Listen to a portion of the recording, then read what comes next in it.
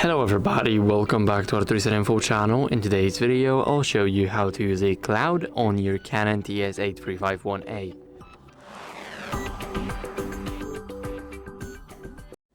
So as you guys can see, we are in the app right now. Here we have the cloud.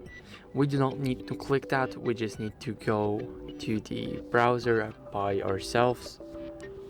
Now here we will be redirected to the do not allow. Here we can go to the cs.c-iaj.com.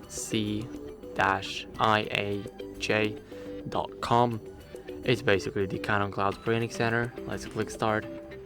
Here we need to sign in with our account, but I skipped that step right now because I was already logged in.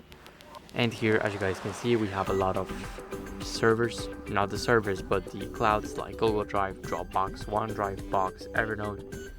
Also these Canon Send, Address Manager, and Notices.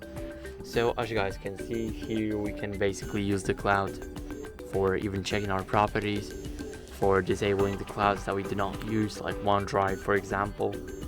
And that's basically it. So I hope you enjoyed this video, and if you did, then leave a like, sub, and a comment, and I'll see you in the next one.